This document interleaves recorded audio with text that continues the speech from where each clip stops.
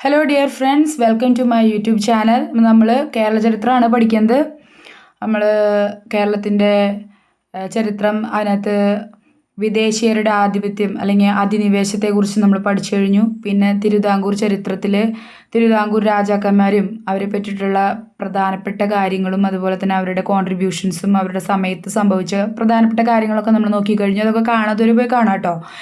ഇനി ഈ ഒരു ക്ലാസ്സോടുകൂടി നമ്മൾ തുടങ്ങുന്നത് എന്താണെന്ന് വെച്ച് കഴിഞ്ഞാൽ യുണൈറ്റഡ് കേരള മൂവ്മെൻറ്റ് എന്നുള്ളൊരു ടോപ്പിക്കാണ്. അതായത് കേരള സംസ്ഥാനം രൂപീകരിക്കുന്ന ആ സമയം വരെയുള്ള അതായത് 1956 നവംബർ 1 കേരള സംസ്ഥാനം രൂപീകരിക്കുന്നത്. അതിക്ക് മുന്നേ കേരള സംസ്ഥാനം ഇല്ല, അത് പലതായിട്ട് മുറിഞ്ഞു കിടക്കുകയാണ്. ആദ്യം തിരുവിതാംകൂറും കൊച്ചിയും ചേർന്ന് തിരുവി കൊച്ചി ഉണ്ടായി. പിന്നെ മലബാർ എന്ന് പറഞ്ഞൊരു റീജിയൻ ഉണ്ട്, അത് ചേർന്ന് അങ്ങനെ മദ്രാസ് പ്രൊവിൻസിൻ്റെ കീഴിലായിരുന്നു ബ്രിട്ടീഷ് ആധിപത്യത്തിൻ്റെ സമയത്ത്. പിന്നീട് തിരുകൊച്ചി ഉണ്ടായി. ഇങ്ങനെയുള്ള കുറേ കാര്യങ്ങളൊക്കെ സംഭവിച്ചിട്ടുണ്ട്. അപ്പോൾ അതിനെ പറ്റിയിട്ടുള്ള ഹിസ്റ്ററിയാണ് നമ്മൾ യുണൈറ്റഡ് കേരള മൂവ്മെൻറ്റ് എന്നുള്ള ടോപ്പിക്കിൽ പഠിക്കാൻ പോണേ. ഇത് അതിൻ്റെ ആദ്യത്തെ ഒരു പാർട്ടാണ്. നിങ്ങൾ തീർച്ചയായും ഈ വീഡിയോ കാണാതെ ഇതിൻ്റെ രണ്ടാമത്തെ വീഡിയോ പോയി കാണാനായിട്ട് നിൽക്കരുത്. അതുപോലെ തന്നെ കേരള ചരിത്രം പഠിച്ചു തുടങ്ങുന്ന ആൾക്കാരുണ്ടെങ്കിൽ നമ്മൾ ആദ്യത്തെ വിദേശാധിപത്യം, അതായത് ഫ്രഞ്ച് അല്ലല്ലോ, ആദ്യം വന്നത് ആരാണ്? പോർച്ചുഗീസ്. നമ്മളൊരു കോഡ് പഠിച്ചു അല്ലേ, പോഡ ബീഫെ എന്നുള്ളത്. Portuguese, Dutch, Britain, French. അപ്പോൾ ആ പോർച്ചുഗീസുകാരുടെ അധിനിവേശം, അത് കഴിഞ്ഞിട്ട് തിരുവിതാംകൂർ ചരിത്രം, അത് കഴിഞ്ഞതിന് ശേഷം യുണൈറ്റഡ് കേരള മൂവ്മെൻറ്റിലേക്ക് വരാം കേട്ടോ. അത് നമ്മൾ തീർച്ചയായും ഈ ഒരു ക്രൊണോളജി, ഒരു പർട്ടിക്കുലർ ഓർഡർ കീപ്പ് ചെയ്യുന്നുണ്ട് വീഡിയോസിന്. അപ്പോൾ പഠിക്കുന്ന ആളുകൾക്കും അത് യൂസ്ഫുൾ ആയിരിക്കും. നിങ്ങളായാലും ഒന്നും റാൻഡായിട്ട് എടുത്ത് കാണരുത്, ഒക്കെ ഒരു ഓർഡറിൽ തന്നെ കാണാൻ ശ്രമിക്കുക. നിങ്ങളെ കാര്യങ്ങൾ കുറച്ചും കൂടി ഓർമ്മയിൽ വെക്കുന്നതിനും ഒരു കഥ പോലെ ഹിസ്റ്ററി പഠിച്ചു വെക്കുന്നതിനൊക്കെ ഹെൽപ്ഫുൾ ആയിരിക്കും. ഓക്കെ, നമുക്കപ്പോൾ തുടങ്ങാം. United Kerala movement. അപ്പോൾ ആദ്യത്തെ സ്ലൈഡിലേക്ക് പോവാം. ആദ്യത്തെ തന്നെ നോക്കിയേ, ഒരു കവിതാശകലാണ്. മൂന്നായി മുറിഞ്ഞു കിടക്കും ഈ കേരളം ഒന്നാക്കുമെന്നായി പ്രതിജ്ഞ ചെയ്യുന്നു നാം. ഇതാര് പറഞ്ഞത് വരിയാണ്? മൂന്നായി മുറിഞ്ഞു കിടക്കും ഈ കേരളം ഒന്നാക്കുമെന്നായി പ്രതിജ്ഞ ചെയ്യുന്നു നാം. ആരാണ്? NV കൃഷ്ണൻ വാര്യരാണ് പറഞ്ഞത്. ഇതിനകത്ത് മലബാർ, കൊച്ചി, തിരുവിതാംകൂർ എന്നായിരുന്നു കേരളം മുറിഞ്ഞു വരുന്നത്. ഈ ഒരു കൊട്ടേഷനൊക്കെ ഉണ്ടല്ലോ, ഇത് മുന്നത്തെ എക്സാമുകൾക്ക് ചോദിച്ചിട്ടുണ്ട്.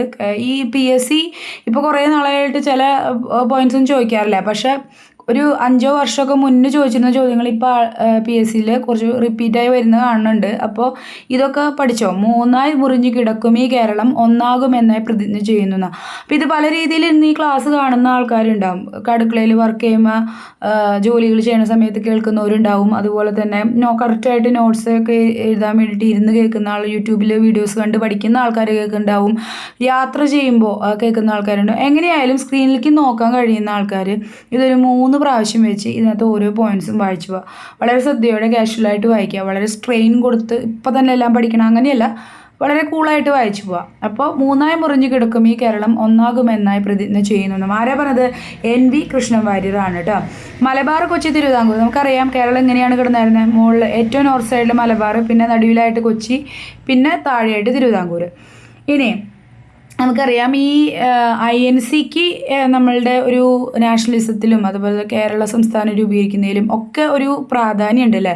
അപ്പോൾ പ്രാദേശിക കോൺഗ്രസ് കമ്മിറ്റികൾ രൂപീകരിക്കാൻ INC തീരുമാനിച്ചൊരു സമ്മേളനം ഉണ്ട്. അതേതാണ്? നാഗ്പൂർ സെഷൻ എന്ന 1920 ഡിസംബറിൽ. അതായത് നാഷണൽ ലെവലിൽ INC രൂപീകരിച്ചിട്ടുണ്ട്, പക്ഷെ അത് അന്ന് സംസ്ഥാനങ്ങൾ ഉണ്ടായിരുന്നില്ല. എന്നാലും ഓരോ പ്രാദേശികമായിട്ട് ഈ കോൺഗ്രസിന് കമ്മിറ്റികൾ രൂപീകരിക്കാൻ ഇവർ തീരുമാനിച്ചു. അതേത് INC സമ്മേളനത്തിൽ വെച്ചാൽ നാഗ്പൂർ സെഷൻ 1920 ഡിസംബറിലാണ്. എല്ലാ INC മീറ്റിങ്ങുകളും, സ്പെഷ്യൽ മീറ്റിങ്ങുകൾ ഒഴികെ ബാക്കിയെല്ലാം ഡിസംബർ മാസം 3 ഡിസംബർ മാസത്തിലെ അവസാനത്തെ 3 ദിവസങ്ങളിലാണ് സംഭവിക്കുക. 26, 27, 28 ആ സമയങ്ങളിലാണ് മെയിനായിട്ട് എന്ത് സംഭവിക്കുക? കോൺഗ്രസിൻ്റെ എല്ലാ സമ്മേളനങ്ങളും സംഭവിക്കുക. ആദ്യത്തെ KPCCയുടെ എന്തായിരുന്നു? Kerala provincial Congress committee. പിന്നീട് കേരള പ്രദേശ് എന്നൊക്കെ ആവുന്നുണ്ട്, കേരള പ്രൊവിൻഷ്യൽ കോൺഗ്രസ് കമ്മിറ്റി.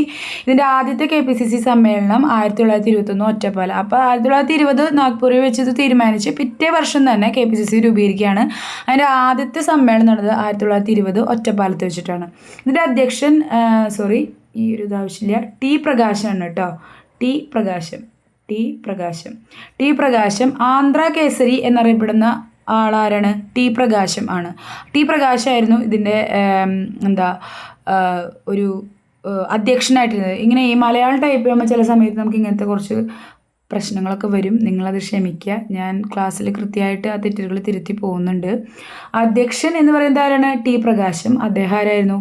ആന്ധ്ര കേസരി എന്നറിയപ്പെടുന്ന ആളാണ്. ഇനി ആദ്യ അഖില കേരള രാഷ്ട്രീയ സമ്മേളനമായിരുന്നു എന്ത്? ഈ ഒറ്റപ്പാലത്ത് 1921 സംഭവിച്ച ആദ്യത്തെ KPCC സമ്മേളനം. ആദ്യ അഖില കേരള രാഷ്ട്രീയ സമ്മേളനം എന്താ? കേരള നാട് അല്ലെങ്കിൽ കേരളം എന്നറിയപ്പെടുന്ന ആ സമയത്ത് അറിയപ്പെടുന്ന ആൾക്കാരെ മുഴുവൻ അല്ലെങ്കിൽ അതിനെയൊക്കെ റെപ്രസെൻ്റ് ചെയ്തുകൊണ്ട് അതിലൊക്കെ ഒരു ആക്കാൻ വിചാരിച്ചുകൊണ്ട് കേരളത്തെ മുഴുവനായി ഉൾക്കൊണ്ടുകൊണ്ട് നടത്തിയ ഒരു രാഷ്ട്രീയ സമ്മേളനം ഏതായിരുന്നു വെച്ച് കഴിഞ്ഞാൽ 1921 ഒറ്റപ്പാലത്തെ KPCC സമ്മേളനമാണ് ആദ്യത്തെ സമ്മേളനം. അതിനുശേഷം 1927 സമസ്ത കേരള സാഹിത്യ പരിഷത്ത് രൂപീകരിക്കുകയാണ്. 1927 സമസ്ത കേരള സാഹിത്യ പരിഷത്ത്. പിന്നെ വരുന്നത് 1928 അഖില കേരള കുടിയാൻ കോൺഫറൻസ്. അതെവിടെ നടന്നത്? അത് മഞ്ചേരിയിലാണ് നടന്നത്. 1928 അഖില കേരള കുടിയാൻ കോൺഫറൻസ് മഞ്ചേരിയിൽ. ഇതിനകത്ത് കർഷകരുടെയാണ്. കുടിയാൻ എന്ന് പറയുമ്പോൾ മെയിനായിട്ട് കർഷകരായിരിക്കുമല്ലോ. കർഷകർ പങ്കെടുത്തിരുന്നു. ഐക്യ കേരളം എന്ന ആശയം ഉന്നയിച്ച് ആദ്യമായി പ്രമേയം പാസ്സാക്കിയത് 1928 ഏപ്രിൽ എവിടെ ചേർന്ന? എറണാകുളം നാട്ടുരാജ്യ പ്രജാസമ്മേളനത്തിലാണ്. അപ്പോൾ സ്റ്റേറ്റ് പീപ്പിൾസ് കോൺഫറൻസ് എന്നറിയപ്പെടുന്ന എറണാകുളം നാട്ടുരാജ്യ പ്രജാ സമ്മേളനം 1928 ഏപ്രിലിൽ നടന്ന എറണാകുളത്ത് വെച്ച് നടന്ന നാട്ടുരാജ്യ പ്രജാ സമ്മേളനം, അതായത് സ്റ്റേറ്റ് പീപ്പിൾസ് കോൺഫറൻസിലാണ് മെയിനായിട്ട്. അപ്പോൾ KPCCയിലാണ് എന്നൊക്കെയുള്ളൊരു ഇത് വന്നു കഴിഞ്ഞാൽ അങ്ങനെയല്ല. അത് ആദ്യമായിട്ട് നമുക്കൊരു ഐക്യ കേരളം, അതായത് മലയാളം സംസാരിക്കുന്ന സ്ഥലങ്ങളെല്ലാം ചേർത്തുകൊണ്ട് അല്ലെങ്കിൽ കേരളം എന്ന് നമ്മൾ വിളിക്കുന്ന ആ സ്ഥലങ്ങളെല്ലാം ചേർത്തുകൊണ്ട് ഒരു സംസ്ഥാനമാക്കി മാറ്റണം അല്ലെങ്കിൽ ഒറ്റ രാജ്യമാക്കി മാറ്റണം എന്നുള്ള ഒരു പ്രമേയം പാസ്സാക്കിയത് 1928 ഏപ്രിൽ എറണാകുളത്ത് വെച്ചിട്ടാണ്. നാട്ടുരാജ്യ പ്രജാ സമ്മേളനത്തിൽ വെച്ചിട്ടാണ്. 1928 മെയ് KPCC സമ്മേളനം പയ്യന്നൂരിൽ നടക്കുകയാണ്. 1928 മെയ് KPCC സമ്മേളനം പയ്യന്നൂർ. അതെന്താ പ്രധാനം അറിയിക്കണമെന്ന് വെച്ച് കഴിഞ്ഞാൽ അതിൻ്റെ അധ്യക്ഷൻ നെഹ്റു ആയിരുന്നു. ഓക്കെ, 1928 മെയ്യിൽ KPCC സമ്മേളനം ഇവിടെ നടക്കുന്നത് പയ്യന്നൂരിൽ. അതിൻ്റെ അധ്യക്ഷനായിരുന്നു നെഹ്റു ആയിരുന്നു. ഓക്കെ, അപ്പോൾ ഈ സ്ലൈഡിലുള്ളത് മനസ്സിലായെന്ന് വിചാരിക്കുന്നു. നിങ്ങൾ എന്ത് ചെയ്യണം? ഞാൻ പറഞ്ഞത് കുറച്ച് സ്പീഡൊക്കെ കൂടിപ്പോയിട്ടുണ്ടാവാം. അപ്പോൾ നമുക്ക് സെറ്റിങ്സിൽ പോയിട്ട് എന്ത് ചെയ്യാം? സ്പീഡൊക്കെ കുറച്ചിടാനായിട്ടുള്ള ഓപ്ഷൻസ് ഉണ്ട്. അതൊക്കെ ചെയ്യാൻ സാധിക്കും. നമ്മുടെ റൈറ്റ് സൈഡിൽ, സ്ക്രീനിൻ്റെ റൈറ്റ് സൈഡിൽ മുകളിലായിട്ട് സെറ്റിങ്ങിൽ പോയിട്ട് നമുക്ക് സ്പീഡ് കൂട്ടിയോ കുറച്ചോ, ഇനിയിപ്പോൾ ഞാൻ പറഞ്ഞ പോലെ 3 പ്രാവശ്യം വായിച്ചു പോകാൻ പറ്റുന്നില്ല എന്നുണ്ടെങ്കിൽ ഒന്ന് പോസ് ചെയ്തിട്ട് അത് വായിച്ചിട്ട് തന്നെ മുന്നോട്ട് പോകാം. എല്ലാവർക്കും ഒന്നും നോട്ട്സൊന്നും എഴുതി അത് റിവൈസ് ചെയ്ത് അങ്ങനെ പോകാൻ പറ്റിക്കൊള്ളണമെന്നില്ല. ഇപ്പോൾ ഞാൻ തന്നെ വർക്ക് ചെയ്യുന്ന ഒരാളാണ്. അപ്പോൾ അങ്ങനെ എനിക്ക് PSC പഠിക്കാൻ പറ്റണമെന്നില്ല. അപ്പോൾ എന്താ, ഞാൻ യാത്ര ചെയ്യുന്ന സമയത്തൊക്കെയാണ് വീഡിയോകൾ പലതും കാണാറ്.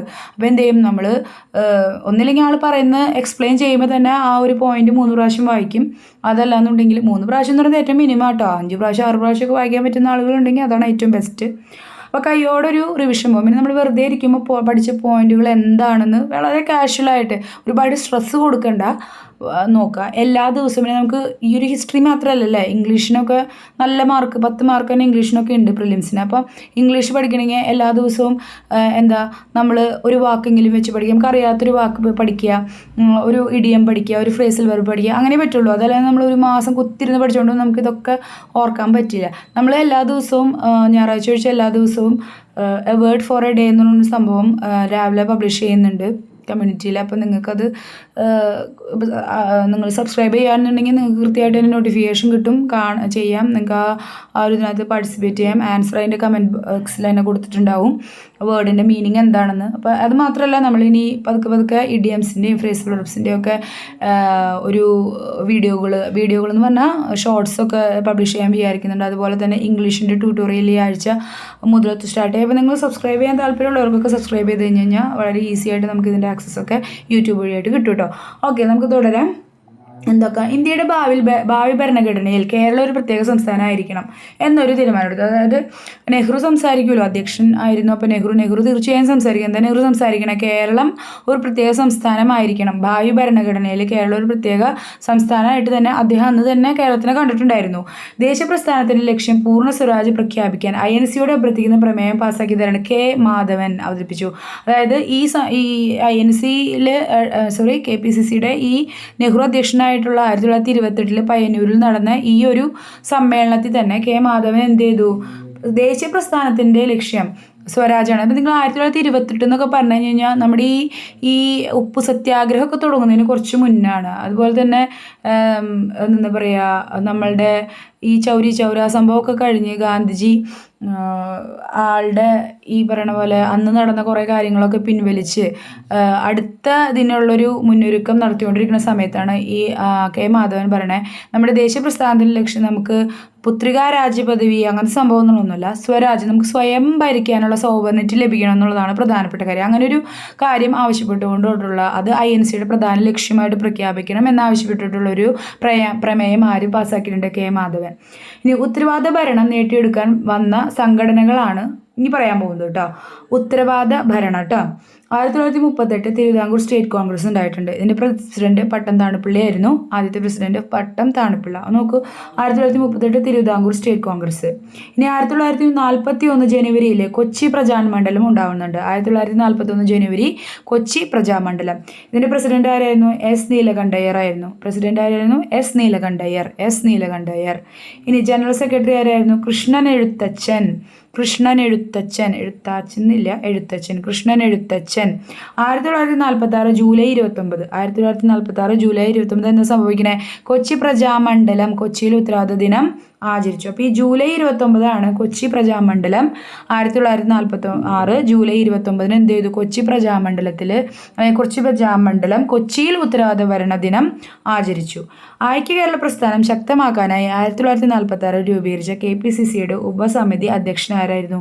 KP കേശവൻ. ഇതൊക്കെ വളരെ ഫാക്ച്വൽ ആയിട്ടുള്ള കാര്യങ്ങളാണ്.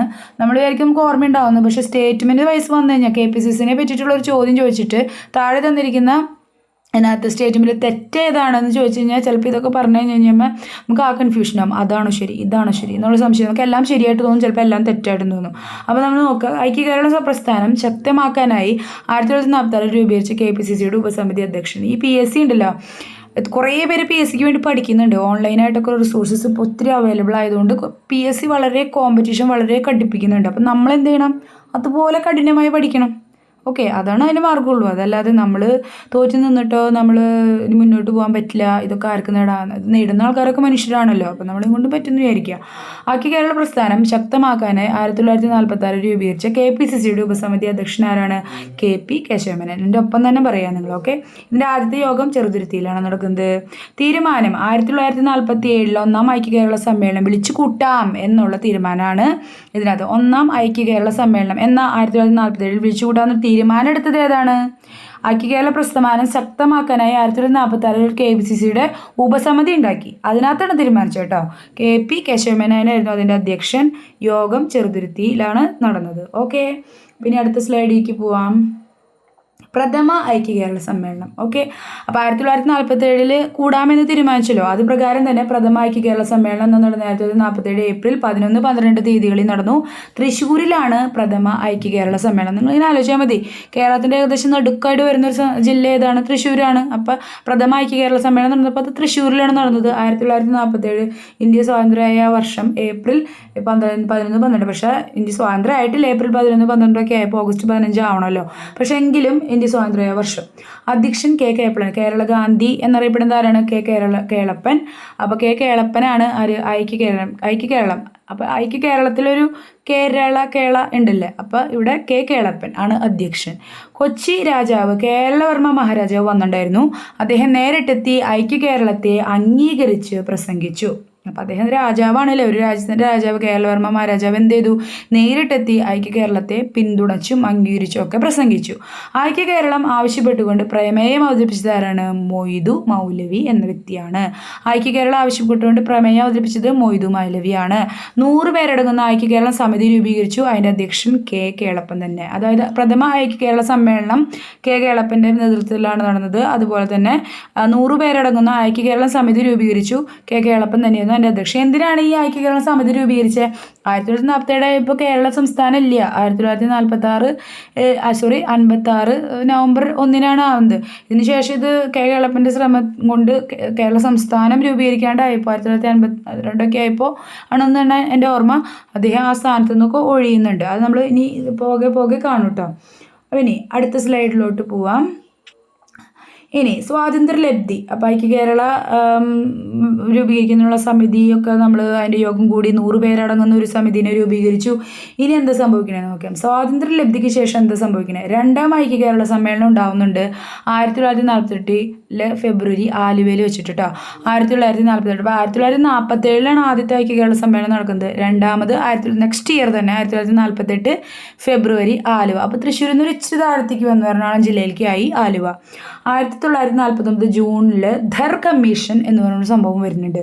1949 ജൂൺ ധർ കമ്മീഷൻ. അപ്പം നമുക്ക് സ്വാതന്ത്ര്യം കിട്ടി കേട്ടോ. 1948-49 നമ്മൾ സ്വാതന്ത്ര്യം കിട്ടി. 1949 ജൂണിൽ ധർ കമ്മീഷൻ എന്ന് പറയുന്നുണ്ട്. ഈ ധർ ആരായിരുന്നു? അലഹബാദ് ഹൈക്കോടതി ചീഫ് ജസ്റ്റിസ് ആയിരുന്നു SK ധർ. അധ്യക്ഷനായിട്ടുള്ള ഒരു കമ്മീഷനാണ് ധർ കമ്മീഷൻ. അദ്ദേഹത്തിനെ നിയോഗിച്ചത് ഇന്ത്യൻ ഭരണഘടന നിയമനിർമ്മാണ സഭയാണ്. ഇന്ത്യൻ കോൺസ്റ്റിറ്റ്യൂഷൻ നിർമ്മിക്കുന്ന ആ സമിതിയാണ് ധറിനെ എന്ത് ചെയ്തത്? SK ധർ അധ്യക്ഷനായിട്ടുള്ള ഒരു കമ്മീഷൻ കൊണ്ടുവന്നത്. എന്തിനു വേണ്ടിയിട്ടാണ് ഈ കമ്മീഷൻ കൊണ്ടുവന്നത്? സംസ്ഥാന പുനർവിഭജന പ്രശ്നം പഠിക്കാൻ. അതായത് ഏത് ബേസിസിൽ, എങ്ങനെ, എത്ര സംസ്ഥാനങ്ങൾ, ഏതൊക്കെയായിരിക്കണം അതിൻ്റെ ഒരു ബൗണ്ടറി, ഇതൊക്കെ തീരുമാനിക്കാനായിട്ടാണ് സംസ്ഥാന പുനർവിഭജന പ്രശ്നം പഠിക്കാൻ വേണ്ടിയിട്ടാണ് ധർ കമ്മീഷനെ കൊണ്ടുവരുന്നത്. അപ്പോൾ ഐക്യ കേരള സമിതി ഉന്നയിച്ചത് എന്താണ്? മലബാർ, കൊച്ചി, തിരുവിതാംകൂർ, കൂർഗ്, നീലഗിരി, ഗൂഡല്ലൂർ, സൗത്ത് കാനറ, മാഹി, ലക്ഷദ്വീപ് എന്നിവ ചേർത്ത് കേരള സംസ്ഥാനം രൂപീകരിക്കുക. അപ്പോൾ ഐക്യ കേരള സമിതി എന്തിനാണ് രൂപീകരിച്ചത്? കേരള സംസ്ഥാനം രൂപീകരിക്കാൻ വേണ്ടിയിട്ടാണ്. അപ്പോൾ ഇങ്ങനെ SK ധർ അധ്യക്ഷനായിട്ടുള്ള ഒരു കമ്മീഷൻ സംസ്ഥാന പുനർവിഭജന പ്രശ്നം പഠിക്കാൻ വേണ്ടി വന്നു കഴിഞ്ഞപ്പോൾ നമ്മൾ ആവശ്യപ്പെടാണ് മലബാർ, കൊച്ചി, തിരുവിതാംകൂർ, അതുപോലെ തന്നെ കൂർഗ്. കൂർഗ് കേരളത്തിൻ്റെ ഭാഗമല്ലല്ലോ. കൂർഗ്, നീലഗിരി, ഗൂഡല്ലൂർ, സൗത്ത് കാനറ, മാഹി, ലക്ഷദ്വീപ് എന്നിവയൊക്കെ ചേർത്ത് എന്ത് ചെയ്യണം? ഒരു കേരള സംസ്ഥാനം രൂപീകരിക്കണം. മാഹി നമ്മൾ പഠിച്ചിട്ടുണ്ട്, കഴിഞ്ഞൊരു ക്ലാസ്സിൽ പഠിച്ചിട്ടുണ്ട്. മാഹി ഏത് വിദേശാധിപത്യത്തിന് കീഴിലായിരുന്നു? അറിയുന്നവരൊന്ന് കമൻറ്റ് ചെയ്യാട്ടോ. ഇല്ലാത്തവർ പോയിട്ട് വീഡിയോസ് കണ്ടു കഴിഞ്ഞാൽ മനസ്സിലാവും മാഹി ഏത് വിദേശാധിപത്യത്തിൻ്റെ കീഴിലായിരുന്നു. ഇന്ന് മാഹി ഏത് യൂണിയൻ ടെറിട്ടറിയുടെ കീഴിലാണെന്നും കൂടി ഒന്ന് അറിയുന്നവർ കമൻറ്റ് ചെയ്യാട്ടോ. എന്നാൽ റിപ്പോർട്ടിൽ സംസ്ഥാന രൂപീകരണം ഭാഷാപരമല്ല വേണ്ടത്, ഭരണപരമാണെന്നാണ് വന്നത്. അപ്പോൾ ധർ കമ്മീഷൻ അവസാനം അവരുടെ റിപ്പോർട്ട് വെച്ചപ്പോൾ അവരുടെ കൺക്ലൂഷനായിട്ട് പറയുന്നത് എന്താണെന്ന് വെച്ചാൽ, ഭാഷാപരമായിട്ടല്ല നമ്മൾ സംസ്ഥാനം ഡിവൈഡ് ചെയ്യേണ്ടത്. നമുക്ക് അഡ്മിനിസ്ട്രേഷന് കുറച്ചും കൂടിയും, അതായത് ഭരണം കുറച്ചും കൂടിയും സൗകര്യപ്രദവും കുറച്ചും കൂടി യൂണിഫൈയിങ്ങും നമ്മുടെ ഫെഡറൽ സ്ട്രക്ചറിന് ഒക്കെ യോജിക്കുന്ന രീതിയിലായിരിക്കണം വേണ്ടത്. അല്ലാണ്ട് ഭാഷയ്ക്ക് ഒരുപാട് പ്രാധാന്യം കൊടുത്തിട്ടല്ല ചെയ്യേണ്ടത് എന്നുള്ള രീതിയിലാണ് ആര് പറഞ്ഞത്? ധർ പറഞ്ഞത്. അപ്പം നമ്മൾ പോയിട്ട് മലയാളം സംസാരിക്കുന്ന സ്ഥലങ്ങൾ ചേർത്തുകൊണ്ട് കേരള സംസ്ഥാനം രൂപീകരിക്കണം എന്നുള്ള ഒരു ഇത് പറഞ്ഞത്, അല്ലെങ്കിൽ നമ്മൾ പറഞ്ഞ ഈ സ്ഥലങ്ങൾ ചേർത്തിട്ട് അപ്പോൾ സംസ്ഥാനം രൂപീകരിക്കുക എന്നുള്ളത് അപ്പോൾ നടക്കാത്തൊരു കാര്യമായിട്ട് മാറാണ് ചെയ്യണത്. ഇനി എന്താ സംഭവിക്കണേന്ന് നോക്കാം. അടുത്തൊരു കമ്മിറ്റി വരാണ്. അടുത്ത കമ്മിറ്റി ആരാ നോക്കൂ. 1948 JVP കമ്മിറ്റി വരികയാണ്. ഈ JVP എന്ന് പറയുന്നത് 3 വ്യക്തികളെയാണ് ഡിനോട്ട് ചെയ്യുന്നത്. എന്ന് പറയുന്നത് of course Jawaharlal Nehru, V Vallabhbhai Patel, P Pattabhi Sitaramayya. ഓർത്ത് വെച്ചിരിക്കുക, JVP കമ്മിറ്റിയുടെ JVP എന്തിനാണ് ഡിനോട്ട് ചെയ്യുന്നത്? ജവഹർലാൽ നെഹ്റു, V വല്ലഭായ് പട്ടേൽ. ഇത് രണ്ടും കിട്ടാൻ വലിയ പ്രശ്നം ഉണ്ടാവില്ല. P പട്ടാഭി സീതാരാമയ്യ. ഓക്കെ. ഭാഷാപരമായ സംസ്ഥാന പുനർവിഭജനം പരിശോധിക്കാനായിട്ടാണ് ആരും വന്നത്? JVP കമ്മിറ്റി വന്നത്. 1948 JVP കമ്മിറ്റി ആരൊക്കെയായിരുന്നു? വല്ലഭായ് പട്ടേൽ, ആദ്യം വരുന്നത് നെഹ്റു, പിന്നെ വല്ലഭായ് പട്ടേൽ, ദെൻ പട്ടാഭി സീതാരാമയ്യ. അപ്പോൾ ഇവരും എന്ത് ചെയ്തു? ഭാഷാപരമായ സംസ്ഥാന പുനർവിഭജനം നിരാകരിച്ചു, വേണ്ട എന്ന് വെച്ചു. കാരണം ഭാഷാപരമായിട്ട് അന്നത്തെ കാലത്ത് നമ്മൾ നോക്കും അതല്ലേ എളുപ്പം എന്നൊക്കെ നമുക്ക് തോന്നും. പക്ഷേ ഇന്ത്യ ഒരു പുതിയ രാഷ്ട്രമായിട്ട് വരുമ്പോൾ, അതായത് ഇന്ത്യ എന്ന് പറഞ്ഞു കഴിഞ്ഞാൽ ഒറ്റൊരു ഇതിനകത്ത് കിടക്കുന്നതല്ല. ഭാഷ അതായത് ഇപ്പോൾ തമിഴ് സംസാരിക്കുന്ന ആളുകൾ, മലയാളം അതൊരു വളരെ വ്യത്യസ്തമായിട്ടുള്ള ഭാഷകളാണ് തൊട്ടടുത്ത് കിടക്കുന്ന നമ്മുടെ ഇന്നത്തെ അയൽ സംസ്ഥാനം സംസാരിക്കുന്നത്. അപ്പോൾ അങ്ങനെ വരുമ്പോഴുള്ള കുഴപ്പം എന്താണെന്ന് വെച്ച് കഴിഞ്ഞാൽ, അവർക്കൊരു സംസ്ഥാനമായിട്ട് രൂപീകരിക്കാനായിട്ടുള്ള ഒരു അവസരം കൊടുത്തു കഴിഞ്ഞാൽ ചിലപ്പോൾ അത് ഭരണത്തിനെ തന്നെ പിടിച്ചുളയ്ക്കാനായിട്ട് സാധ്യതയുണ്ട്. അവർ ചിലപ്പോൾ ഒരു രാജ്യമായിട്ട് മാറണം എന്നൊക്കെ അന്ന് തീരുമാനിച്ചു കഴിഞ്ഞാൽ പിന്നെ ഇന്ത്യൻ ഡൊമിനിയനോട് ചേരാതെ അവർക്ക് ഇൻഡിപെൻഡൻ്റ് ആയിട്ട് നിൽക്കാനായിട്ടുള്ള പല സാധ്യതകളും അന്നുണ്ട്. അപ്പം നമ്മൾ ഭാഷാപരമായിട്ടുള്ളൊരു പുനർവിഭജനം അന്ന് ചെയ്തു കഴിഞ്ഞ് കഴിഞ്ഞാൽ ചിലപ്പോൾ അത് ഇന്ത്യൻ ഫെഡറലിസത്തിനെയൊക്കെ ബാധിച്ചാലോ എന്ന് വെച്ചിട്ടാണ്. നമ്മൾക്ക് ഇപ്പം ചിന്തിക്കുമ്പോൾ വിചാരിക്കും അങ്ങനെ ചെയ്തുകൊണ്ട് എന്താണ് കുഴപ്പമെന്നൊക്കെ ചിന്തിക്കും. പക്ഷെ അന്ന് നമ്മുടെ ചിലപ്പോൾ സോവറിനിറ്റിനെയൊക്കെ അത് ബാധിക്കുന്ന ഒരു കാര്യമായിട്ട് മാറാമെന്ന് വിചാരിച്ചിട്ടാണ് അഡ്മിനിസ്ട്രേഷൻ എന്ന് പറയുന്ന സംഭവത്തിനെ ബേസ് ചെയ്തിട്ട് അതിന് അഡ്മിനിസ്ട്രേഷൻ സുഗമമായി ഭരണം സുഗമമായി നടക്കുന്ന രീതിയിൽ ഇത് ചെയ്യുന്നതായിരിക്കും കുറച്ചുകൂടി ബെറ്റർ ഭാഷാപരമല്ലാതെ എന്നുള്ള ഒരു ഇതിനകത്തേക്ക് ഇതിക്ക് മുന്നേ വന്ന ധർ കമ്മീഷനും JVP കമ്മീഷനൊക്കെ വരാനായിട്ടുള്ള ഒരു പ്രധാനപ്പെട്ട കാരണം. നമുക്ക് അടുത്ത സ്ലൈഡിലേക്ക് പോവാം. ഇനി എന്താ സംഭവിക്കുന്നതെന്ന് നോക്കാം. ഹിസ്റ്റോറിക്കലി മെയിനായിട്ട് തിരുകൊച്ചി സംയോജനമാണ് നടക്കുന്നത്. തിരുവിതാംകൂറും കൊച്ചിയും രണ്ട് രാജാവിൻ്റെ കീഴിൽ രണ്ട് നാട്ടുരാജ്യങ്ങളായിട്ട് നിൽക്കുന്ന സംഭവമാണ്. എന്നാൽ 1949 ജൂലൈ 1 എന്താ സംസ്ഥാനം വരുന്നത്?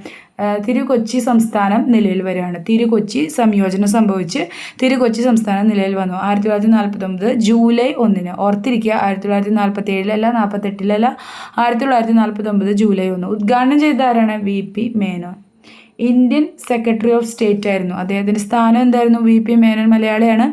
ഇന്ത്യൻ സെക്രട്ടറി ഓഫ് സ്റ്റേറ്റ് ആയിരുന്നു അദ്ദേഹം.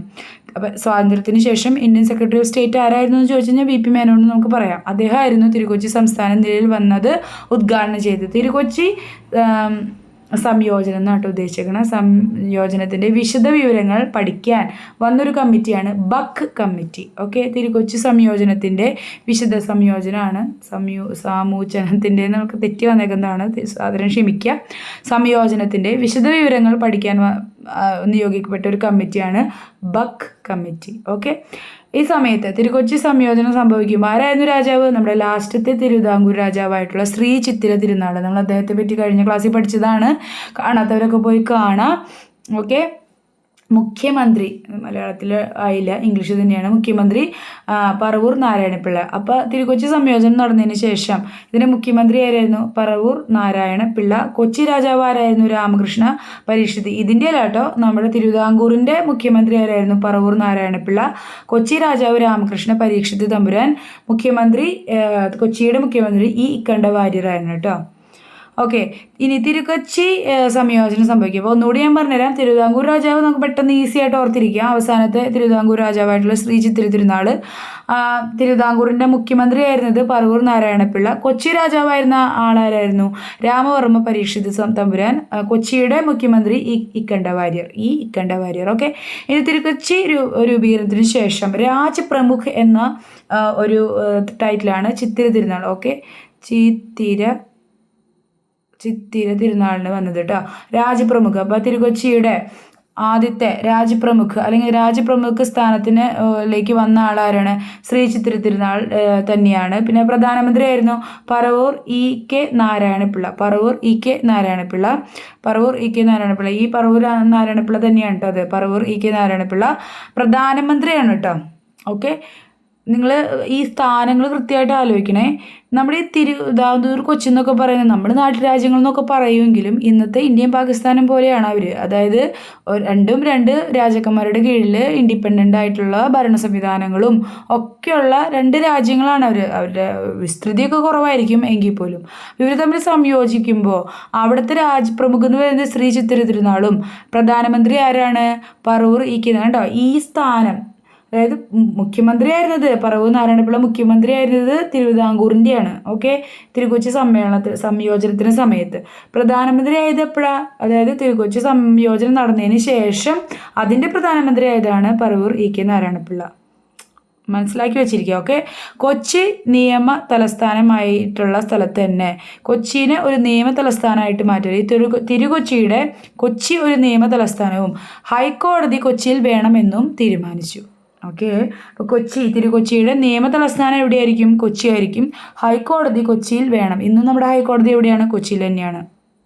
അതുപോലെ തന്നെ കൊച്ചിൻ പാർട്ടി എന്ന് പറയുന്ന ഒരു പാർട്ടി രൂപീകരിച്ചിട്ടുണ്ടായിരുന്നു. അതായത് തിരുക്കൊച്ചി സംയോജനത്തെ എതിർത്തുകൊണ്ട് കൊച്ചിയിൽ നിലയിൽ വന്നത്. അപ്പോൾ നമ്മളെന്തെങ്കിലും ഒരു കാര്യം ചെയ്യുമ്പോൾ അതിന് ഓപ്പോസിറ്റായിട്ടുള്ള കാര്യം സംഭവിക്കുമല്ലോ, അതിനോട് യോജിപ്പില്ലാത്ത ആൾക്കാർ ചേർന്നിട്ട് മറ്റൊരു സംഘടന രൂപീകരിച്ചിട്ടുണ്ടാവും. അപ്പോൾ കൊച്ചിൻ പാർട്ടി എന്ന് പറഞ്ഞൊരു പാർട്ടി രൂപീകരിക്കപ്പെട്ടു. അതെന്താണ്? തിരുക്കൊച്ചി സംയോജനത്തെ എതിർത്തുകൊണ്ട് കൊച്ചിയിൽ നിലയിൽ വന്നത്. എന്താണെന്ന് വെച്ചാലേ, ഈ സ്വാതന്ത്ര്യ സമയത്തൊക്കെ ഓരോ നാട്ടുരാജ്യങ്ങൾക്കും ഇന്ത്യയിലോട്ടോ പാകിസ്ഥാനിലേക്കോ ഏതെങ്കിലും ഒരു ഡൊമൈനിലേക്ക് ചേരാനോ അല്ലെങ്കിൽ ഇൻഡിപെൻഡൻ്റ് ആയിട്ട് തുടരാനോ ഉള്ളൊരു അവകാശം ഉണ്ടായിരുന്നു. അത് പ്രകാരം കുറച്ച് നാളത്തേക്ക് ഈ തിരുവിതാംകൂറൊക്കെ രാജാവ് വിചാരിച്ചത് ഇൻഡിപെൻഡൻ്റ് ആയിട്ട് നിൽക്കാം, വേറൊരു രാജ്യമായിട്ട് തന്നെ മാറാം എന്നൊക്കെയാണ്. പക്ഷെ പിന്നീട് കോണ്ടെക്സ്റ്റുകൾ പലതും മാറുകയും ഇടപെടലുകളൊക്കെ വരികയും ഐക്യ കേരള സമിതിയൊക്കെ രൂപീകരിക്കുകയൊക്കെ ചെയ്തതിന് ശേഷമാണ് അന്ന് ഓക്കെ തിരുവിതാംകൂറും കൊച്ചിയും ചേർത്ത് തിരുകൊച്ചി ഉണ്ടാക്കാം. അപ്പോൾ പക്ഷെ ആ ഒരു സംയോജനത്തിനെ എതിർത്ത ആൾക്കാരുണ്ടായിരുന്നു, അവർ ചേർന്നിട്ടാണ് കൊച്ചിൻ പാർട്ടി എന്നുള്ള സംഭവം ഉണ്ടാകുന്നത്. ഇതിന് പ്രധാനപ്പെട്ട നേതാക്കൾ ആരൊക്കെയാണ്? CV വിയ്യുണ്ണി ഉണ്ട്, അതുപോലെ തന്നെ കുഞ്ഞിരാമൻ മേനോനുണ്ട്. CV വിയ്യുണ്ണി, കുഞ്ഞിരാമൻ മേനോൻ. ഓക്കെ, അപ്പോൾ നമുക്ക് അടുത്ത സ്ലൈഡിലേക്ക് പോകാം. ഈ സ്ലൈഡിൽ നിങ്ങൾക്ക് കാണാൻ കഴിയും നമ്മളുടെ തിരുക്കൊച്ചിയിലെ പ്രധാനപ്പെട്ട ആരൊക്കെയാണ് മുഖ്യമന്ത്രിമാർ, അത് കഴിഞ്ഞിട്ട് അവർ ഏത് പാർട്ടിയിൽ പെട്ട ആളുകളാണ്, അത് ഏത് വർഷം മുതൽ ഏത് വർഷം വരെയാണ് അവർ ഭരണത്തിലുണ്ടായിരുന്നത് എന്നൊക്കെ നമുക്ക് ഇതിനകത്ത് കാണാനായിട്ട് സാധിക്കുന്നുണ്ട്. ഓക്കെ, അപ്പോൾ ഇത് വേണമെങ്കിൽ ഒരു സ്ക്രീൻഷോട്ടൊക്കെ എടുത്ത് വെച്ചോ. അപ്പോൾ നിങ്ങൾക്ക് പെട്ടെന്ന് ഒരു പെട്ടെന്നൊന്ന് റിവിഷൻ ചെയ്യണം എന്നുണ്ടെങ്കിൽ ഈ ഒരു കാര്യം മാത്രം എടുത്ത് നോക്കിക്കഴിഞ്ഞാൽ നമുക്കിതിൻ്റെ ഒരു ഐഡിയ കിട്ടും. അപ്പോൾ ഇതിനകത്ത് CMs ആണ് ഇവിടെ ഉള്ളത്, അതായത് ചീഫ് മിനിസ്റ്റേഴ്സ് തിരുവിതാംകൂറിൻ്റെ. പിന്നെയുള്ളത് INC, ഏത് പാർട്ടിയിലുള്ളതാണ്? ANC, PSP ഒക്കെ ആയിട്ട്. അപ്പോൾ ഭൂരിഭാഗം നമുക്ക് കാണാമല്ലോ INC നിന്നാണുള്ളത്. ആകെ ഒരാൾ മാത്രം പട്ടുതാണുപിള്ള മാത്രമാണ് PSP നിന്നുള്ളത്. ഏത് വർഷം മുതൽ ഏത് വർഷം വരെയാണ് ഭരിച്ചിരിക്കുന്നത് എന്നുള്ളതാണ് അവർ പിന്നീട് ഇവിടെ കാണിച്ചിരിക്കുന്നത്. അപ്പോൾ നമുക്ക് ആദ്യത്തെ ആൾ നോക്കാം. TK നാരായണപിള്ള. തിരുവിതാംകൂറുകാരനായിരുന്നു. അദ്ദേഹം INC എന്നാണ്. 1949 മുതൽ 1951 വരെ. ഇത് ഞാൻ ഈ സ്ക്രീനിൽ കാണുന്നതൊക്കെ എല്ലാം വായിക്കും, എക്സ്പ്ലെയിൻ ചെയ്യുന്നുണ്ട്, ഈ എഴുതിയൊക്കെ തന്നെ ഉള്ളോ പറയണേന്നൊക്കെ തോന്നും. പക്ഷേ ഇത് ചിലപ്പോൾ ഈ സ്ക്രീൻ കാണാതെ ക്ലാസ് കേക്ക് മാത്രം ചെയ്യുന്ന ആൾക്കാരുണ്ടാവും. അപ്പോൾ അവർക്കത് ഗുണമായിരിക്കും കേട്ടോ. അതുകൊണ്ടാണ് നമ്മൾ എല്ലാം പറയുന്നത്. അപ്പോൾ അതും ഇനി ഒരു ക്രിറ്റിസിസം ആയിട്ട് വരല്ലേ. കുറച്ച് സ്പീഡൊക്കെ കൂട്ടി കാണാൻ കഴിയുന്ന ആൾക്കാർ അങ്ങനെ കണ്ടോളൂ. അപ്പോൾ അത് ടൈം സേവ് ചെയ്യാനും പറ്റും. ഇനി അടുത്ത ആളായിരുന്നു C കേശവൻ. അപ്പം നോക്കിയാൽ നിങ്ങൾക്ക് മനസ്സിലാവും 1 2 3 4 5 മുഖ്യമന്ത്രിമാരായിരുന്നു എന്തിനുണ്ടായിരുന്നു? തിരുകൊച്ചിക്ക് ഉണ്ടായിരുന്നത്. TK നാരായണപിള്ള ആദ്യത്തെ INC പാർട്ടി പ്രതിനിധീകരിച്ച ആളായിരുന്നു. അദ്ദേഹം 1949 മുതൽ 1951 വരെ. ഇനി C കേശവനും തിരുവിതാംകൂറിൽ നിന്നുള്ള ആളാണ്. INCൻ്റെ തന്നെ കാൻഡിഡേറ്റ് ആയിരുന്നു. 1951 മുതൽ 1952 വരെയാണ് അദ്ദേഹം ഭരിച്ചത്. അത് കഴിഞ്ഞിട്ട് AJ ജോൺ ആണ്. അദ്ദേഹവും തിരുവിതാംകൂറുകാരനാണ്, INCയുടെ പ്രതിനിധി തന്നെയാണ്. 1952 മുതൽ 54 വരെ. പട്ടം താണുപിള്ളയെ നമ്മൾ ഇനിയും പഠിക്കും.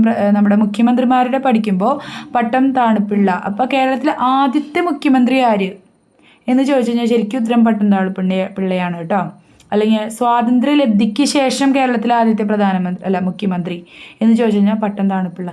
എന്നാൽ കേരള സംസ്ഥാനം രൂപീകരിച്ചതിന് ശേഷം ആദ്യത്തെ പ്രധാനമന്ത്രി എന്ന് പറയുന്നത് മുഖ്യമന്ത്രി ആരാന്ന് ചോദിച്ചു കഴിഞ്ഞാൽ അത് EMS നമ്പൂതിരിപ്പാടാണ്. ഒരു ബാലറ്റ് പേപ്പറിലൂടെ ആദ്യമായിട്ട് തിരഞ്ഞെടുക്കപ്പെട്ടത് എന്നൊക്കെ ചോദിച്ചു കഴിഞ്ഞാൽ അത് ആരാണ്? അത് EMS ആണ്, പട്ടം താണുപിള്ളയല്ല. അപ്പോൾ ഇവിടെ ഒരു ചെറിയൊരു കൺഫ്യൂഷൻ ഉണ്ടാവരുത്. നമ്മൾ ഇതിന് ശേഷം ഇനി കേരള സംസ്ഥാനം രൂപീകരിച്ചതിന് ശേഷം വന്ന മന്ത്രിസഭകളെയും മന്ത്രിമാരെയും ഒക്കെ അല്ലെങ്കിൽ മുഖ്യമന്ത്രിമാരെയും അവരുടെ കാലയളവൊക്കെ നമ്മൾ പഠിക്കും. അപ്പോൾ ആ സമയത്ത് നമ്മൾ പട്ടം താണുപിള്ളേനെ കാണും കേട്ടോ.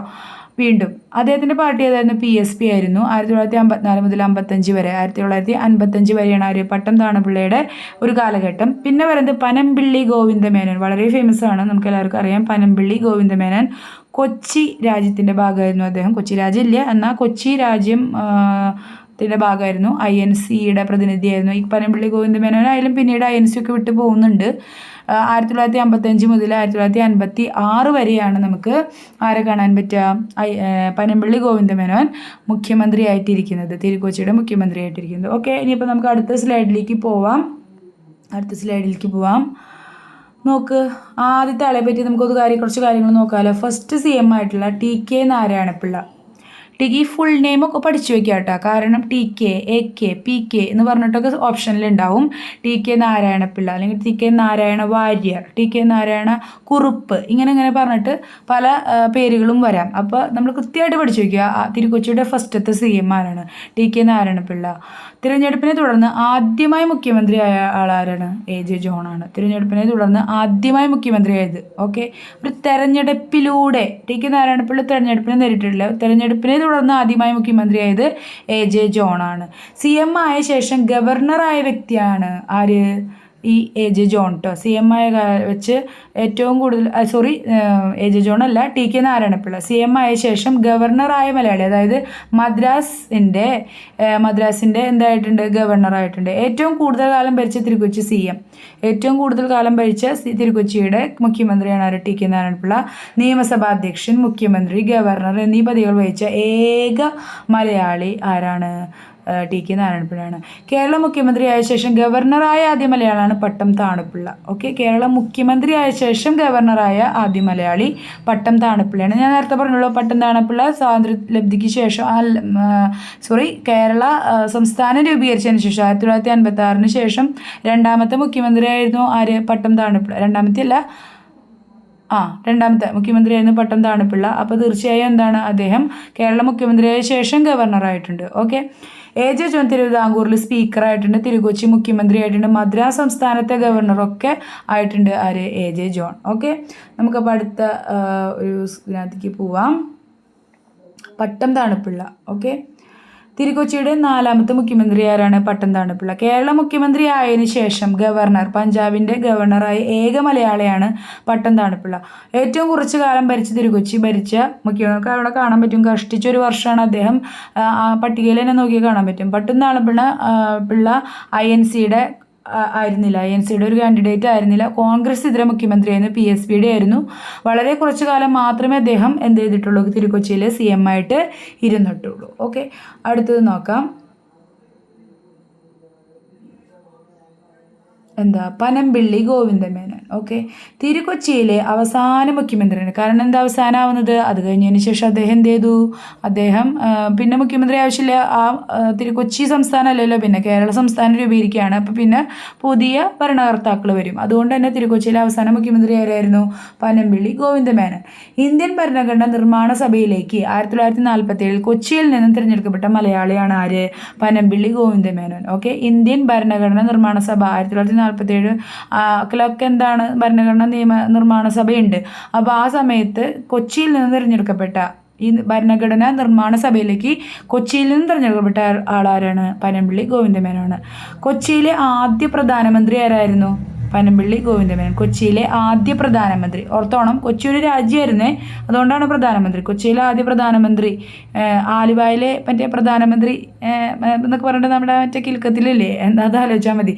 കൊച്ചിയിലെ ആദ്യത്തെ പ്രധാനമന്ത്രി പനമ്പിള്ളി ഗോവിന്ദമേനോൻ. 1956 തിരുക്കൊച്ചി മുഖ്യമന്ത്രി സ്ഥാനം രാജിവെച്ചു അദ്ദേഹം. 1956 തിരുക്കൊച്ചി മുഖ്യമന്ത്രി സ്ഥാനം അദ്ദേഹം എന്ത് ചെയ്തിട്ടുണ്ട്, രാജിവെച്ചിട്ടുണ്ട്. ശേഷം തിരുക്കൊച്ചി പ്രസിഡന്റ് ഭരണത്തിന് കീഴിലാണ് വരുന്നത്. വരെയാണ്. അതിനുശേഷം കേരളത്തിൽ ആദ്യമായി സംസ്ഥാനത്ത് അടിയന്തരാവസ്ഥ 1956 ഉണ്ടാവണം. അതായത് കേരളത്തിലെ സംസ്ഥാന അടിയന്തരാവസ്ഥ EMS നമ്പൂതിരിപ്പാടിൻ്റെ മന്ത്രിസഭ പിരിച്ചുവിട്ടതിന് ശേഷമാണ് ഉണ്ടായതെന്ന് വെച്ച് കഴിഞ്ഞാൽ ശരിക്കും അത് കറക്റ്റല്ല. കാരണം 1956 തിരുക്കൊച്ചിയുടെ മുഖ്യമന്ത്രി സ്ഥാനം പനമ്പിള്ളി ഗോവിന്ദമേനോൻ രാജിവെച്ചപ്പോഴും എന്താണ്, പ്രസിഡന്റ് ഭരണത്തിന് കീഴിൽ വരികയാണ് തിരുക്കൊച്ചി സംസ്ഥാനം. അപ്പോൾ എന്താണ്, തിരുക്കൊച്ചി എന്ന് പറയണ നമ്മുടെ സംസ്ഥാനം. അപ്പോൾ എന്താണ്, കേരളത്തിൽ ആദ്യമായി അടിയന്തരാവസ്ഥ വന്നത് 1956 എന്ന് നമ്മൾ പറയേണ്ടതായിട്ട് വരും. ഓക്കെ, അടുത്ത ഇതിനകത്ത് കൂടുതൽ പോയിന്റ്സൊക്കെ നിങ്ങൾക്ക് അറിയാമെന്നുണ്ടെങ്കിൽ കമൻറ്റ് ബോക്സിൽ ആഡ് ചെയ്യാം. അപ്പോൾ ആളുകൾക്ക് അതൊക്കെ യൂസ്ഫുൾ ആയിരിക്കും. നമ്മൾ ഇൻഫർമേഷൻ എത്രത്തോളം ഷെയർ ചെയ്യുന്നോ അത്രയും നമുക്കത് മെമ്മറൈസ് ചെയ്തിരിക്കാനായിട്ടൊക്കെ സഹായിക്കും. ഓക്കെ, ഇനി തിരുക്കൊച്ചി നിയമസഭയിലെ ആദ്യ സ്പീക്കർ ആരായിരുന്നു, TM വർഗീസാണ്. തിരുക്കൊച്ചി നിയമസഭ, തിരുക്കൊച്ചി സംസ്ഥാനം അല്ലെങ്കിൽ തിരുക്കൊച്ചി രാജ്യം ഉണ്ടാക്കി കഴിഞ്ഞാൽ തീർച്ചയായും ഒരു നിയമസഭ ഉണ്ടാവും. ആ നിയമസഭയുടെ ആദ്യത്തെ സ്പീക്കർ ആരായിരുന്നു, TM വർഗീസ് ആയിരുന്നു. 1949 ഐക്യ കേരള സമ്മേളനം, പിന്നീട് അപ്പോൾ നമ്മൾ 1948 സംഭവിക്കുന്നതായിട്ട് കാണുന്നുണ്ടല്ലോ. 1949 പിന്നെയും ഒരു ഐക്യ കേരള സമ്മേളനം, K കേളപ്പൻ അധ്യക്ഷനായിട്ടുള്ള ഒരു ഐക്യ കേരള 100 പേരുടെ ഒരു സമിതിയൊക്കെ രൂപീകരിച്ചില്ലേ, ആ സംഭവം അത് പാലക്കാട് ചേരാണ് 1949. അപ്പോൾ അതിൻ്റെ അധ്യക്ഷൻ എന്ത് ചെയ്തു, K കേളപ്പന് ഈ ഐക്യ കേരള സമിതിയുടെയൊക്കെ ലക്ഷ്യം എന്താണ്, കേരള സംസ്ഥാനം രൂപീകരിക്കുക എന്നുള്ളതല്ലേ. കൊച്ചി, തിരുവിതാംകൂർ, മലബാറൊക്കെ കൂടി ചേർത്ത് പിന്നെ കൂർഗ്, അങ്ങനെ കുറേ സ്ഥലങ്ങൾ നമ്മൾ പഠിച്ചില്ലേ, അതൊക്കെ ചേർത്ത് കേരള സംസ്ഥാനം രൂപീകരിക്കുക. അത് K കേളപ്പനെയും കൊണ്ട് സാധിച്ചില്ല, അധ്യക്ഷനായിരുന്നിട്ട്. അപ്പോൾ അദ്ദേഹം എന്ത് ചെയ്തു, അദ്ദേഹം മറ്റൊരാൾക്ക് വേണ്ടി ആ സ്ഥാനം ഒഴിഞ്ഞു കൊടുത്ത് അദ്ദേഹം രാജിവെച്ചു. KP കേശവമേനോനാണ് പിന്നെ ഈ സമിതിയുടെ അധ്യക്ഷനായി വരുന്നത്, KP കേശവമേനോൻ.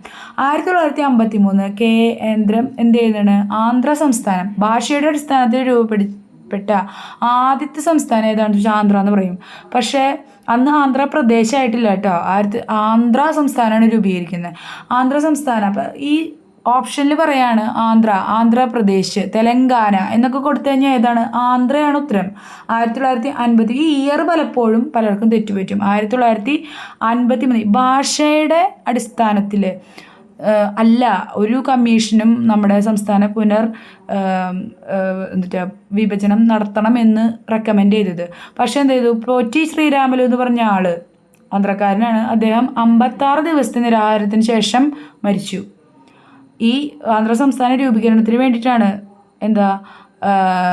അദ്ദേഹം നിരാഹാരം കിടന്നത്. അദ്ദേഹം നിരാഹാരം അനുഷ്ഠിച്ച് മരിച്ചു. അപ്പം എന്താണ്? ആന്ധ്ര സംസ്ഥാനം പിന്നെ ജനവികാരം ആളിക്ക് എത്തിച്ചു കഴിഞ്ഞാൽ ചിലപ്പോൾ ആന്ധ്ര സംസ്ഥാനം സ്വന്തമായിട്ടൊരു രാജ്യമായിട്ടാണ് മാറാമെന്നൊക്കെ തീരുമാനിച്ച പ്രശ്നമാണ്. അപ്പം ആന്ധ്ര സംസ്ഥാനം എന്ന് പറയുന്നത് നിങ്ങൾ ചരിത്രപരമായി ചിന്തിക്കുകയാണെങ്കിൽ നമ്മൾ സ്വാതന്ത്ര്യ സമയത്ത് ഞാൻ പറഞ്ഞല്ലോ ഇന്ത്യ ഡൊമിനിയനോടോ പാകിസ്ഥാനോടോ ഒക്കെ ചേരാനായിട്ടുള്ള അവകാശമുണ്ട്. അത് അവിടുത്തെ റൂളേഴ്സിന് തീരുമാനിക്കും. ഈ ആന്ധ്ര കിടക്കുന്ന സ്ഥലത്തെ പ്രത്യേകത എന്താണെന്ന് വെച്ചാൽ നിസാം എന്ന് പറയുന്നതാണ് അവിടുത്തെ ഭരണാധികാരി. ഭരണാധികാരിയുടെ ഒരു സ്ഥാനപ്പേരാണ് നിസാം. അദ്ദേഹം മുസ്ലിമാണ്. പക്ഷെ പ്രജകൾ ഭൂരിഭാഗം ആളുകൾ ഹിന്ദുക്കളാണ്. അപ്പോൾ റൂളറിന് തീരുമാനിക്കാം എവിടേക്ക്. അപ്പോൾ ഇന്ത്യയുടെ ഒരു ഏകദേശം ഒരു ഒപ്പം നടക്കുന്ന നല്ലൊരു വലിയൊരു രാജ്യമാണ് ഈ പറയണ ഹൈദരാബാദ് എന്നൊക്കെ പറയണ നമ്മുടെ ഹൈദരാബാദ് എന്ന് പറയുന്ന സ്ഥലം. അതൊക്കെ ആന്ധ്രയിലാണല്ലോ ഉള്ളത്. അപ്പോൾ ഒരുപാട് ഇവരെ ഇട്ട് പ്രശ്നമാക്കിയ ശരിയാവില്ല. നമ്മൾ ജസ്റ്റ് സ്വാതന്ത്ര്യം കിട്ടിയിട്ടുള്ളൂ, ഒരു 10 വർഷം പോലും ആയിട്ടില്ല. അപ്പോൾ എന്ത് ചെയ്യാൻ പറ്റും? അവർക്ക് ആന്ധ്ര എന്ന് പറയുന്ന സംസ്ഥാനം അംഗീകരിച്ചു കൊടുക്കുകയാണ് ചെയ്യുന്നത്. ആന്ധ്ര എന്ന് പറയുന്നത് ആന്ധ്രാപ്രദേശ് ആയത് 1956 7ാം ഭേദഗതിയിലാണ് കേട്ടോ. 1956 7ാം ഭേദഗതിയിലാണ് ആന്ധ്ര എന്ന് പറയുന്നത് ആന്ധ്രാപ്രദേശ്. ഇതുപോലെ തന്നെയാണ് യു പി എന്തായിരുന്നു? യുണൈറ്റഡ് പ്രൊവിൻസസ് എന്നായിരുന്നു പേര്. പിന്നീട് അത് ഉത്തർപ്രദേശായി മാറുകയാണ് ചെയ്യുന്നത്. ഓക്കെ, ഇതൊക്കെ നമ്മൾ മോഡേൺ ഇന്ത്യൻ ഹിസ്റ്ററി പഠിക്കുമ്പോൾ പഠിക്കും കേട്ടോ. ഇവിടെ ഞാൻ മെൻഷൻ ചെയ്തു എന്നുള്ളൂ. അതിനുശേഷം ഇനി എന്താ സംഭവിക്കുന്നതെന്ന് നോക്കാം. ഇനി നോക്കൂ, ഫസൽ അലി കമ്മീഷൻ. ശരിക്കും ഇന്ത്യയിൽ ഭാഷയുടെ അടിസ്ഥാനത്തിൽ സംസ്ഥാനങ്ങൾ രൂപീകരിക്കാനായിട്ടുള്ള ഒരു തീരുമാനത്തിലെത്തിയത് ഈ ഒരു കമ്മീഷൻ വഴിയായിട്ടാണ് 1953. അപ്പോൾ ആന്ധ്രാപ്രദേശ് ഒരു സംസ്ഥാനം ഭാഷയുടെ രൂപീകരിച്ച് കഴിഞ്ഞപ്പോൾ പിന്നെ മറ്റ് സംസ്ഥാനങ്ങൾ നോക്കിക്കോ ഇല്ലല്ലോ. അപ്പോൾ അവരും ചോദിച്ചു തുടങ്ങി. പിന്നെ ഭാഷയുടെ അടിസ്ഥാനത്തിൽ സംസ്ഥാനം രൂപീകരിക്കുന്നതിനെ കുറിച്ച് കാര്യമായിട്ട് തന്നെ പഠിക്കേണ്ടതായിട്ട് വന്നു. അതായിരുന്നു ഈ കമ്മീഷൻ്റെ മെയിനായിട്ടുള്ള ഉദ്ദേശം, ഫസൽ അലി കമ്മീഷൻ. അപ്പോൾ ഓഫ് കോഴ്സ് ഇതിൻ്റെ അധ്യക്ഷൻ ആരായിരിക്കും? ഫസൽ കമ്മീഷൻ. അതായത് ചെയർമാൻ ആരായിരുന്നു? ഫസൽ അലിയാണ്. ഇയർ ഓർത്തിരിക്കുക, 1953. നേരെ പോയി 1956 എന്നൊന്ന് വിചാരിച്ചു കളഞ്ഞേക്കരുത്. 1953 ആന്ധ്ര സംസ്ഥാന രൂപീകരണത്തിന് ശേഷം. ഓക്കെ, അംഗങ്ങൾ ആരായിരുന്നു? HN Khusrau, Sardar KM Panicker. അപ്പോൾ മലയാളിയായിരുന്നു സർദാർ KM പണിക്കർ ഉണ്ടായിരുന്നു. ഇതിനകത്ത് HN ഖുസ്രു ഉണ്ടായിരുന്നു. 1955 സെപ്റ്റംബറിൽ എന്ത് ചെയ്തു? റിപ്പോർട്ട് സമർപ്പിച്ചു. 1953 1955 ഇതിൻ്റെ റിപ്പോർട്ട് സമർപ്പിക്കുന്നത്. 1955 സംസ്ഥാന പുനഃസംഘടന ആക്ട് വന്നു. അങ്ങനെയാണ് 1956 നവംബർ 1 കേരള സംസ്ഥാനം രൂപീകരിക്കപ്പെടുന്നത് കേട്ടോ. ഐക്യ കേരളം എന്ന് പറയുന്നത് അങ്ങനെ ഒരു സാക്ഷാത്കാരം വരിക്കുകയാണ്, അല്ലെങ്കിൽ അത് ഒരു പൂർത്തീകരിക്കപ്പെടുകയാണ്. ഐക്യ കേരളം എന്ന സംസ്ഥാനം രൂപീകരിക്കുകയാണ്. ആരൊക്കെയാണ്? തിരുക്കൊച്ചിയോട് മലബാർ ചേർന്നു. ഓക്കെ, തിരുക്കൊച്ചിയോട് മലബാർ ചേർന്നു. തെക്കൻ തിരുവിതാംകൂറിലെ, തെക്കൻ എന്ന് പറയുമ്പോൾ എന്താണ്? തിരുവിതാംകൂറിലെ ഏറ്റവും അടിഭാഗം സദേൺ റീജിയനിലെ തോവള, അഗസ്തീശ്വരം, കൽക്കുളം, വിലവൻകോട് എന്നീ താലൂക്കുകളും ചെങ്കോട്ടയുടെ ചില ഭാഗങ്ങളും എന്തിനോട് ചേർന്നു? മദ്രാസിനോട് ചേർന്നു. അതായത് ഇന്നത്തെ തമിഴ്നാടിനോട് ചേർന്നു. ഓക്കെ, തോവള, അഗസ്തീശ്വരം, കൽക്കുളം, വിലവൻകോട് എന്നീ താലൂക്കുകളും ചെങ്കോട്ടയുടെ ചില ഭാഗങ്ങളും എന്ത് ചെയ്തു? മദ്രാസിനോട് ചേർന്നു. ഇനി മദ്രാസിൽ നിന്നോ ദേവികുളം താലൂക്ക് കേരളത്തിനോട് ചേർന്നു. മൈസൂർ സംസ്ഥാനം ഇന്നത്തെ കർണാടക എന്ത് ചെയ്തു? കാസർഗോഡ്, ഹോസ്ദുർഗ് ഉൾപ്പെട്ട കാനറ ജില്ല കേരളത്തിനോട് ചേർന്നു. ഓക്കെ, ഇങ്ങനെയാണ് ഐക്യ കേരള സംസ്ഥാനം 1955 സംസ്ഥാന പുനഃസംഘടന ആക്ട് പ്രകാരം 1956 നവംബർ 1 ഉണ്ടാകുന്നത്. അങ്ങനെ 1956 നവംബർ 1 എന്ത് ചെയ്തു? കേരള സംസ്ഥാനം നിലവിൽ വന്നു. അപ്പോൾ ഭാഷാടിസ്ഥാനത്തിൽ കേരള സംസ്ഥാനം രൂപീകരിക്കുന്നതിന് അല്ലെങ്കിൽ സംസ്ഥാനങ്ങൾ രൂപീകരിക്കുന്നതിന് ഇടയായ ഒരു കമ്മീഷനാണ് ഫസൽ അലി കമ്മീഷൻ. എന്നാൽ ഇങ്ങനെ ചോദിക്കുകയാണ്, ഭാഷാടിസ്ഥാനത്തിൽ സംസ്ഥാനം രൂപം കൊള്ളുന്നതിനെ കുറിച്ച് അല്ലെങ്കിൽ രൂപീകരിക്കുന്നതിനെ കുറിച്ച് പഠിക്കാൻ നിയോഗിക്കാത്ത കമ്മീഷൻ ഏതെന്ന് ചോദിച്ചിട്ട് അതിനകത്ത് Fazal Ali commission, Dhar commission, JVP committee എന്നൊക്കെ ചോദിച്ചു കഴിഞ്ഞാൽ അവരൊക്കെ പെടും അല്ലേ. അവരൊക്കെ ഭാഷാടിസ്ഥാനത്തിൽ സംസ്ഥാന രൂപീകരണത്തെ കുറിച്ച് പഠിക്കാൻ വേണ്ടി വന്ന ആളുകളാണ്. അവരൊന്നും അപ്രൂവ് ചെയ്തില്ല, ഫസൽ അലി കമ്മീഷനാണ് അത് അപ്രൂവ് ചെയ്തത്. എങ്കിൽ പോലും അവരതിനെപ്പറ്റി പഠിക്കാൻ വന്നവരാണ്. അങ്ങനെ ഓർത്തിരിക്കുക കേട്ടോ. നമ്മളിങ്ങനെ പഠിക്കുമ്പം ഇങ്ങനെ പഠിക്കണം. അല്ലാണ്ട് ഓരോന്ന് കണക്ട് ചെയ്യാതെ പഠിച്ചു പോയി കഴിഞ്ഞാൽ എന്താ കുഴപ്പമെന്ന് വെച്ചാൽ അവസാനം ഒരുപാട് ഡാറ്റ നമ്മുടെ തലയിലായി കഴിഞ്ഞപ്പോൾ ഇതൊക്കെ നമുക്ക് ഓർത്തെടുക്കാൻ തന്നെ നല്ലൊരു സമയം ആവശ്യമായിട്ട് വരും. ഓക്കെ, ഇനി എനിക്ക് തോന്നുന്നു ഇനി അടുത്ത ക്ലാസ്സിൽ ആയിരിക്കും. ഓക്കെ, അപ്പോൾ ഇനി അടുത്ത ക്ലാസ്സിൽ നമ്മൾ എന്താ പഠിക്കാൻ പോണേന്ന് അടുത്ത ക്ലാസ്സിൽ നമ്മൾ പഠിക്കാൻ പോണതാണ് കേരളം 1956 ശേഷം. ഓക്കെ, അപ്പോൾ ഇതുവരെയുള്ള ക്ലാസ്സൊക്കെ നിങ്ങൾക്ക് യൂസ്ഫുൾ ആയിരിക്കും എന്ന് ഞാൻ വിചാരിക്കുകയാണ്. നല്ല ശ്രദ്ധയോടെ കേൾക്കുക. പരമാവധി എല്ലാവരും സ്വന്തം കൈശ്രദ്ധത്തിൽ തന്നെ നോട്ട്സൊക്കെ എഴുതിയെടുത്ത് എന്ത് ചെയ്യണം, പഠിക്കാനായിട്ട് തീരുമാനിക്കുക, പഠിക്കുക. അപ്പോൾ നിങ്ങൾക്ക് കുറച്ചും കൂടി നന്നായിട്ട് ഓർത്തിരിക്കാനൊക്കെ പറ്റും. ഒരു കഥ പോലെ ഇത് പഠിച്ചിരിക്കുക. എന്തെങ്കിലും സംശയം ഉണ്ടെങ്കിൽ ഓഫ് കോഴ്സ് കമൻറ്റ് ബോക്സിൽ ചോദിക്കുക. വീഡിയോ ലൈക്ക് എങ്കിൽ നന്നായി, നിങ്ങൾക്ക് ഉപയോഗപ്രദമായെങ്കിൽ ലൈക്ക് ചെയ്യുക. അതുപോലെ തന്നെ ഇനി തുടർന്ന് വരുന്ന ഇംഗ്ലീഷ് ക്ലാസ്സുകളും നമ്മളുടെ ചെറിയ ചെറിയ വീഡിയോകളും ഒക്കെ കാണുന്നതിന് വേണ്ടി നിങ്ങൾ സബ്സ്ക്രൈബ് ചെയ്യുക. ഓക്കെ, അപ്പോൾ എല്ലാവർക്കും നന്ദി, ബൈ.